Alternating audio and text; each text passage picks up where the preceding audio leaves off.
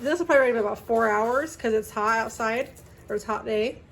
You can put it in the fridge for up to 48 hours and then bake it. All right, it's been about 4 hours. Here's my beautiful bread.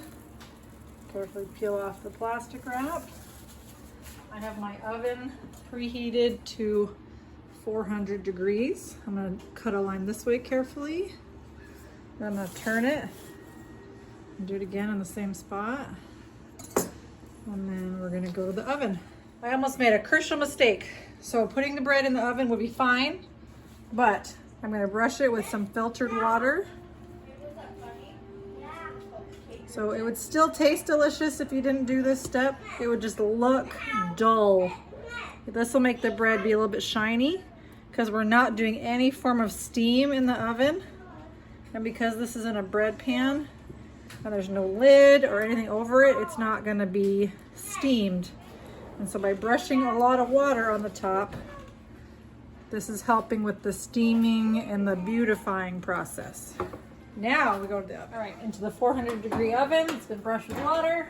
We're gonna leave it in there for 45 to 50 minutes. 47 minutes later. Nice dark golden brown. That's the color you want. I promise you it's not burned. All right, you want to put your bread.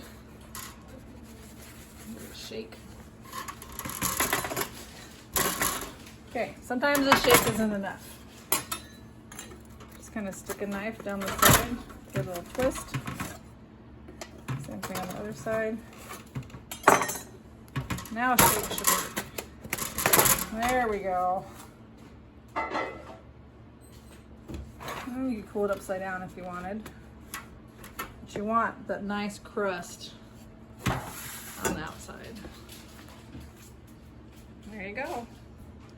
1 loaf of sourdough. 1 loaf.